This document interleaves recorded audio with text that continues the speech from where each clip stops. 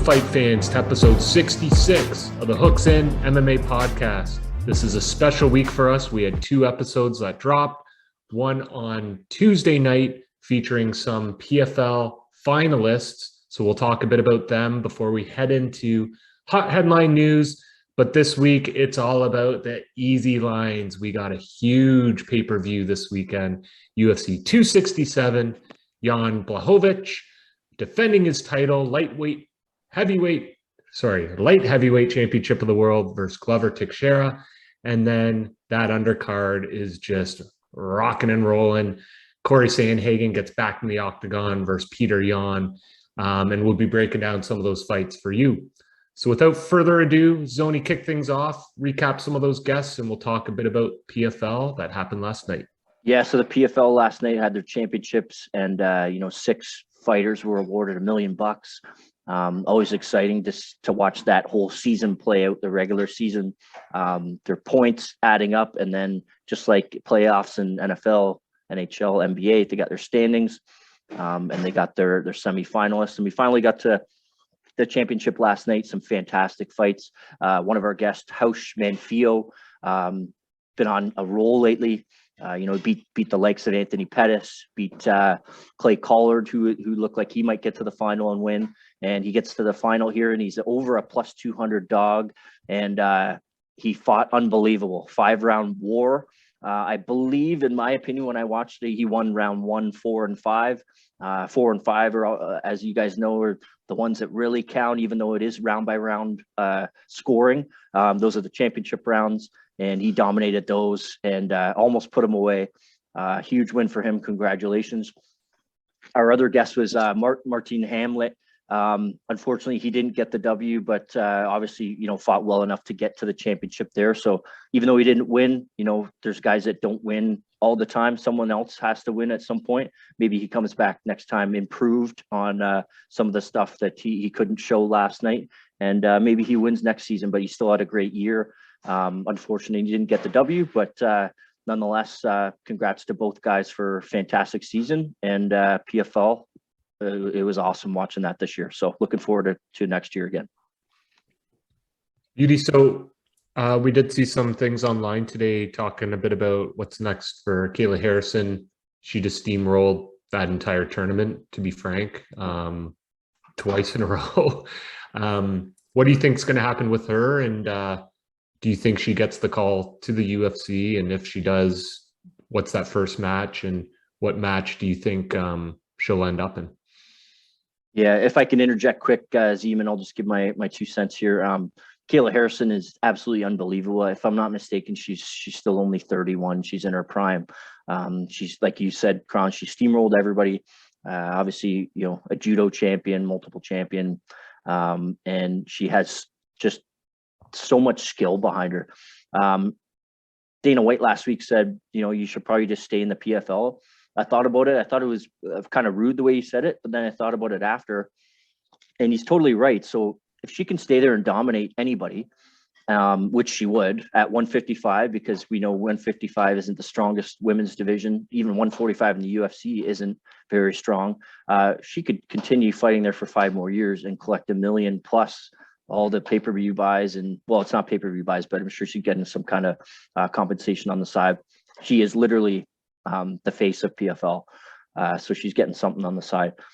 She could do that. He's saying that because if she comes over to the UFC, one issue is they don't have a 155 pound division. They barely have a 145 pound division. Nunez is the 145 pound champ, but that is one of her best friends and trains with her. So I don't see anybody that she could come over and fight against unless they opened up a new weight class there, which if they're diminishing the 145 pound division, I don't see them opening up a 155.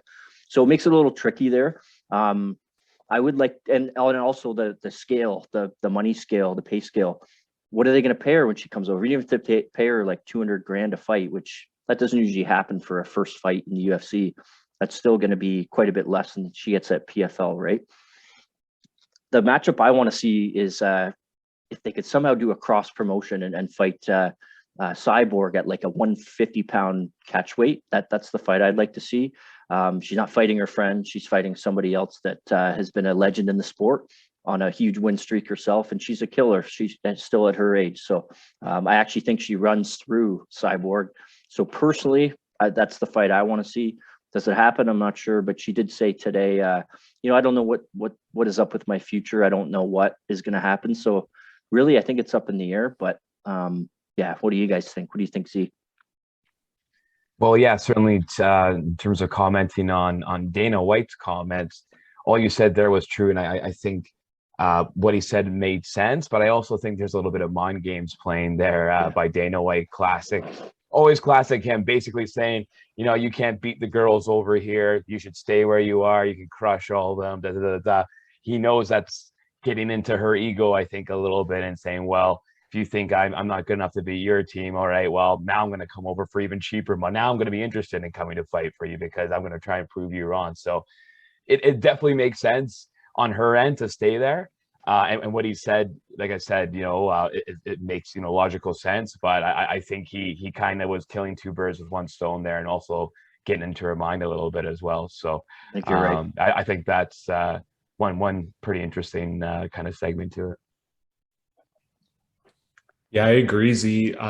If I think back to Michael Chandler when he was kind of on his upswing in Bellator, I feel Dana White said something similar. Oh, just stay there. You couldn't handle this. And then, of course, a few years later, they sign him and he's getting not immediate title shots, but a pretty shortcut path.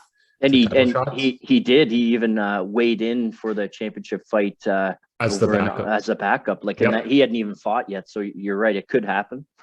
So I think Z's theory is spot on. It's this like gamesmanship. I don't know what you call it, promotion talk that Dana does, kind of speaks out of both sides of his mouth, might just trying to be hyping it up or whatever, getting in the news. So, hey, we're talking about it. Seems to work. So, yeah, would love to see Kayla just fight someone that's more on her level and actually have a competitive fight versus her getting full mount 30 seconds in and just being an apex predator and just crushing. So which she is. She's fantastic. The one girl that I believe it was either an injury or COVID, Larissa Pacheco, she was in the UFC and she lost to Andrade and somebody else that was pretty good. She actually took Harrison to 2 decisions in those losses. I would have liked to seen that third fight because she is probably the best challenge in PFL. But yeah, there's not much out for her there in that promotion. Yeah. Oh, absolutely. So I know we're heading into Fight Island here. Any other topics you guys want to cover before we get to the easy lines segment? I just wanted to mention quick, the 18-year-old Hasbullah Magomedov. Obviously, he's got a huge meeting with Dana White this week, telling him, be ready for this meeting.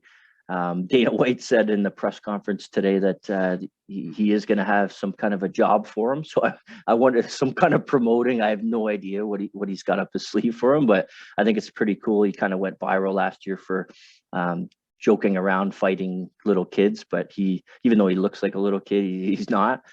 He actually was supposed to, I don't know how true this is, was supposed to fight a 17-year-old Dagestani music star in May, and that never happened.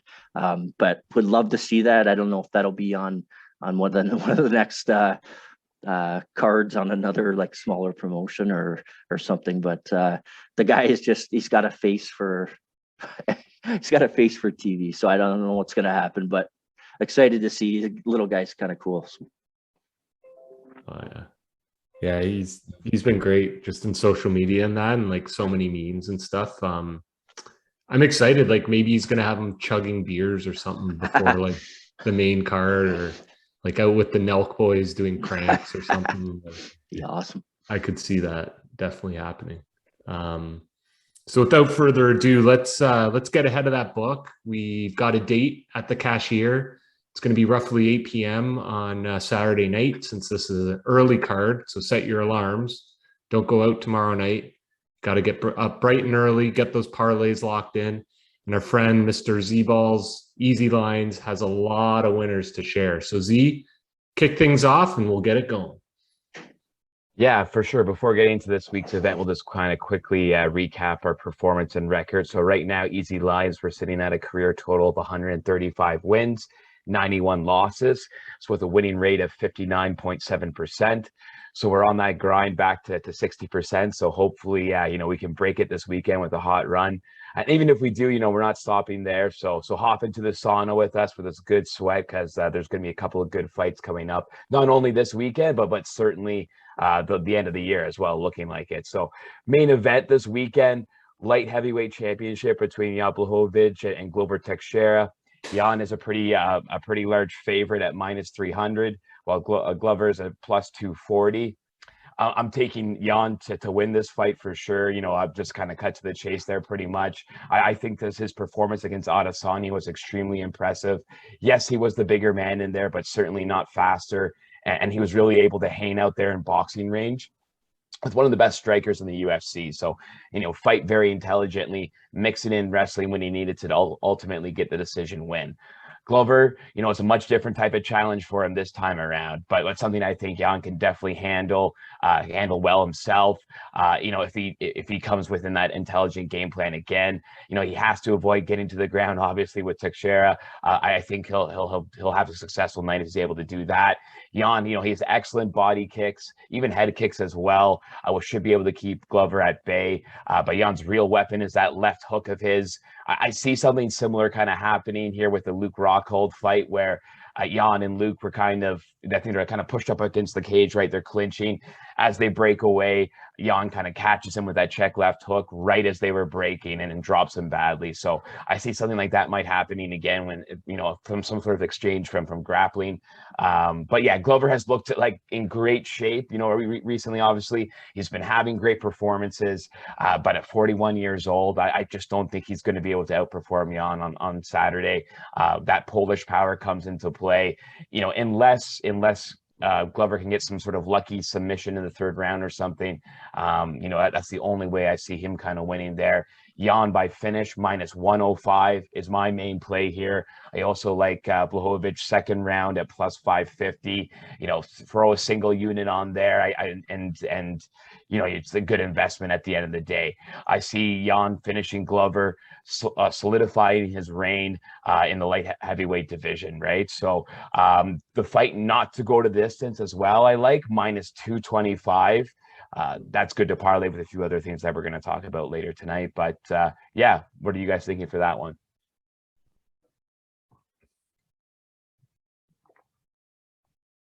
All over Jan.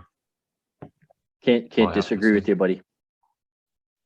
Yeah, he walks away winner. I'm more interested who he's fighting next, to be quite honest with you. It's got to be Yuri. Yuri's straight in line. And that'll be overseas too. Like that'll be a huge fight over there. And that fight, I think, is like pick 'em, competitive, like flip a coin type thing. So yeah, you got to respect Glover, of course, but I don't really see a path to Glover winning. And maybe through grappling, maybe if he gets Jan down, but I don't know. I think he keeps him at bay, and fight IQ prevails here.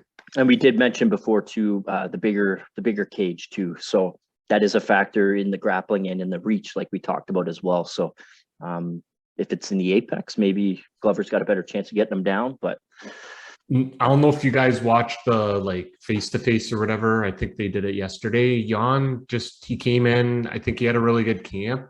He looks really lean. He does look lean. He looks a bit like just faster. Ripped. Than in the past. So I think that's his strategy here, is to outmaneuver him and just kind of chip away. So yeah, he just had his son to his first, I think it was his first son or first kid. So I think he's going to be kind of extra motivated a little bit. He likes having that belt. I think he likes being called the champ. He's not going to give it up too easy. He's a smart guy. And so I think as long as he sticks with a good game plan for himself, which he was able to against Israel, which I think is a tougher kind of puzzle to solve than Glover. Glover's very straightforward in his approach, right? We know what he's going to do. If he does it extremely well, it's a fucking tough motherfucker, but it's not going to be enough, I don't think, to beat Jan with once he combines kind of his athleticism plus that fight IQ. So really the Polish power, right? Once he connects with that check left hook, most people are going down. So Yeah, next fight though, co-main event. The people's main event, though, in my opinion, is the 135 championship fight.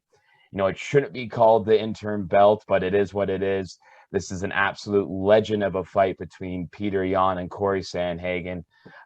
Peter's a favorite at -220, while Sandhagen's a +180. Very intriguing fight, much closer to call than pretty much all these other fights on Saturday.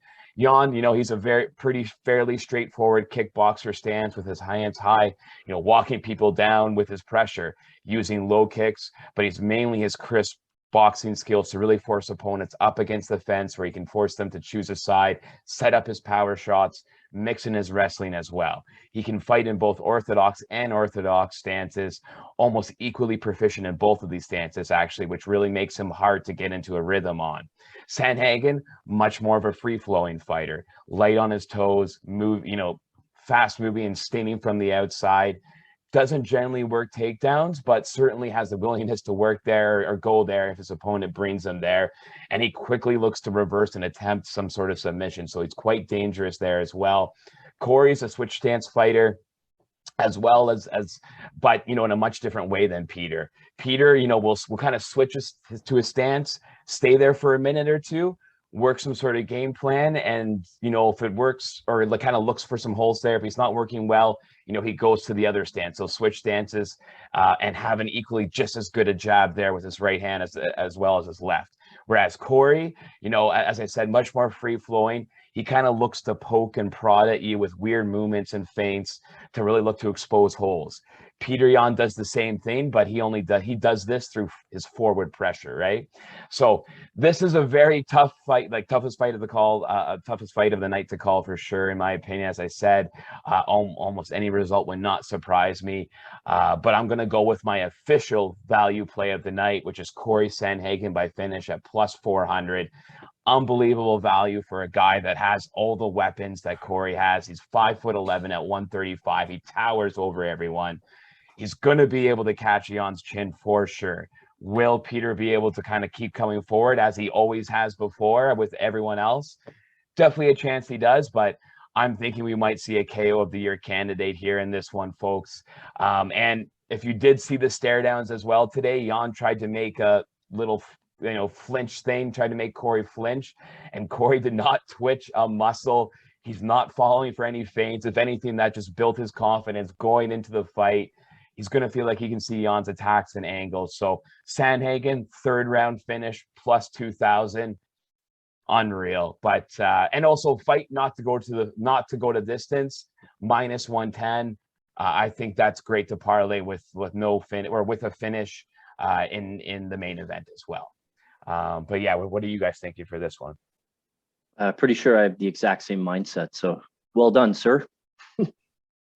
Yeah, it's funny. We all talked independently before this episode, and we all unanimously picked Corey. And I don't know, man.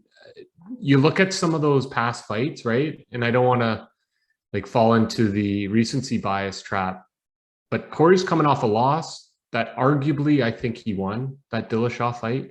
And I think he's got a chip on his shoulder, and he wants to prove the world and all those judges wrong. And we've seen this in the past, right? With Bozer losing a close decision, he comes out and gets a 1st round finish his next fight. I think that's a thing. And I think the strength of schedule for Sandhagen crushes Jan's. And so those two little, I don't know what you call that, psychological factors or experience-based factors, I think that's my X factor to go at the +180 money line. I don't know. I think that should be closer to a pick 'em, maybe +130 for Corey, but right. Yeah, great value. Can't go wrong. Yeah, no, I definitely agree with that. Sandhagen, he's so dangerous, and Jan will let people hit him, right? He gets hit all of the time. He just keeps coming forward. He just takes it from everyone, and obviously he tires them out. because he keeps coming forward, right? So but I don't know if he's going to be able to do that with Corey, in the round. And sorry, and that's what I was going to say, saying that, Sandhagen feels like it's funny because both of these guys really won their last fight, in my opinion, but this has losses on their record, right? So that's why I said this is the true championship for 135, even though they say it's an interim. They both won their last fight. And this is, whoever wins this one, whoever gets to fight them next, count themselves lucky, because they shouldn't be. This is the real one here. So, but yeah, so that's what I got for that one. In terms of the third fight, we got Islam Makhachev taking on Dan Hooker. Makhachev minus 600, pretty whopping minus 600. Dan Hooker plus 450. I don't have too much kind of detailed insider analysis for this one. What I will say though is Hooker, that's a little bit of a value here, guys. Like anything, this is fighting. Anything can happen at the end of the day. And plus 450, that looks a little bit high for a guy that has fought the people that Dan Hooker has. He looked great against Poirier. That fight in general was great back and forth. He's knocked out Gilbert Burns. He's done all these things right. He won a split decision over Paul Felder. Yes, he got knocked out badly against Chandler, but hey, it is what it is. As I said, people can get caught every day, just as Islam Makhachev can. So depends what you're feeling there. Plus 450, certainly a value. Him by KO plus 800 though. Ooh, that's looking kind of spicy as well. But what are you guys thinking for that one?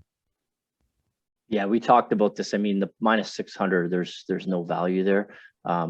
Looking straight at the fight, you said about Makhachev, he could get caught. Obviously, he got that one punch knockout against Adriano Martin, a guy that's just been average in the UFC. Maybe that woke him up because he's been dominant since. I just think the value, like you must sprinkle something on Hooker. He has nothing to lose in this fight, and I did mention before, just based on the current rankings. Makhachev's beaten the 13th and the 15th ranked fighters at lightweight in the UFC. Nowhere near the quality of guys that Hooker's fought. We talk about quality of competition all the time, and I think that's at least worth a value bet for Hooker.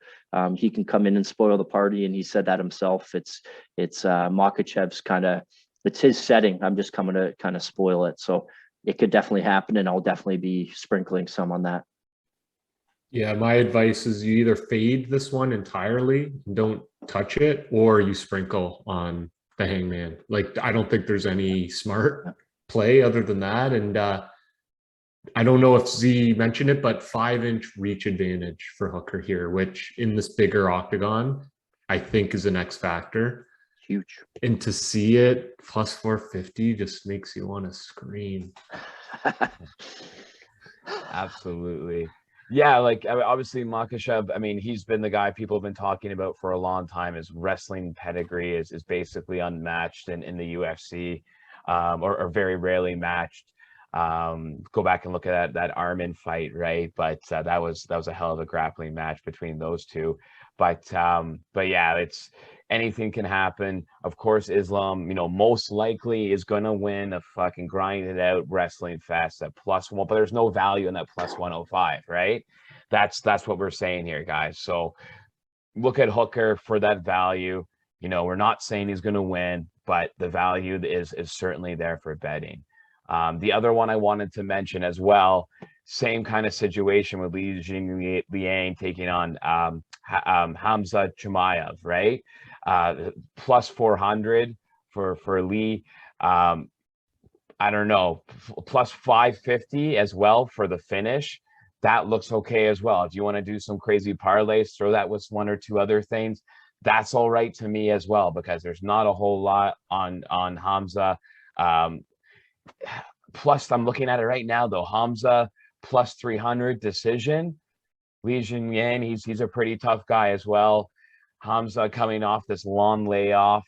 I don't know, who knows where he's really truly at right now. He looked like a monster before, but who was he really fighting, and what's he at today? This is a tough one to really touch in terms of betting. But what do you guys think on this one? No, I'm with you there, buddy. Yeah, Hamzat obviously huge sensation, and he's got the the talent to be something special.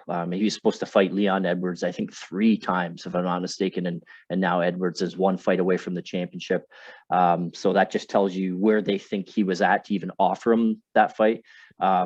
But he, at the same time, he's beaten Phillips, cut from the UFC, McKee, cut from the UFC, and Mearshart, obviously that 1-punch knockout, who's been up and down in the UFC. So quality of competition not there. Li Jingliang obviously beat my boy Ponzinibbio, coming off of his almost life-threatening injury, surgery, post-surgery issue. So, I mean, that's still a big win based on where Ponzinibbio was before and on his win streak. So I'm with you.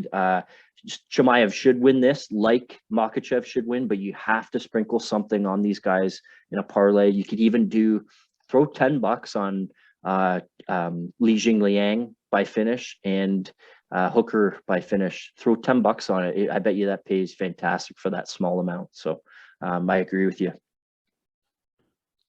Yeah, tough one. Just with those lines being so crazy, but we've talked about it before. I would put Chimaev in the same bucket as like a O'Malley or Paddy Pimblett, where their upside is immense. The sky's the limit, but they haven't fought or beat anyone worth like noting. So that's the one unknown to these guys, is like when they step up the levels, how will they perform? And the only way I am taking Chimaev, I already took him just in a couple parlays. And so I do have a special parlay to share, and it's the Aev parlay. So it's Chimaev and Ankalaev, the AEV brothers. When you both take a money line, you're getting about minus 170 or something. So I know the odds have moved a little bit since I locked that in, but that's the one play I'm doing, because maybe segueing into Magomed, I think that guy's an absolute stud. He could be trouble, could be a potential title contender with Yuri and Jan one of these days. So, but Volkan's also a tough competitor too. So yeah, that's what I'm feeling. I don't know, Z, if you wanted to break the Volkan fight down, or Zone, you want to touch on that one? I do like the IF parlay. That's legit. Yeah, just those Kutabalaba knockouts were nuts. Yeah. So yeah. And we saw what Kutalaba did to Devin Clark's teeth. So I mean, he's not a bum. No, and he made him look like a bum though, which is crazy. So that one circled on that one could be fight of the night, the Magomed Volkan fight. Clark looked like a guy I drove by today on Barton Street. So yeah. Might have been him, you never know. But I think that rounds out the main card. I know, Zoni, you've always got some sleeper kind of prelim picks or some value plays kind of on the earlier. And just keep in mind, folks, this is going to be like 12 p.m., 1 p.m. Eastern time. 10:30, the early prelims start. 10:30. Yeah. So get your lunch going and then turn this thing on. So who do you got there, Zoni? Yeah, there's a few here. I don't know if you want me to say them all and then you can go, or So the first fight of the night, I mean, I'm huge on Tagir Ulanbekov. I think he's fantastic. He's going to be the future of the flyweight division. He's fighting a really tough competitor. I'm not normally like a rounds fighter. I just think this one's going to be over 2.5 rounds. I think it's going to be a really good battle. I think the line is a little bit off on this. I expect Ulanbekov to win, but fight to go the distance is minus 150. I really like that. That kind of kicks off the card. The next one I have for you guys is Elizu Zaleski dos Santos. So he actually fought Li Jingliang a few fights back, but he's fighting a UFC newcomer here, and he's going to be able to stay on his feet here.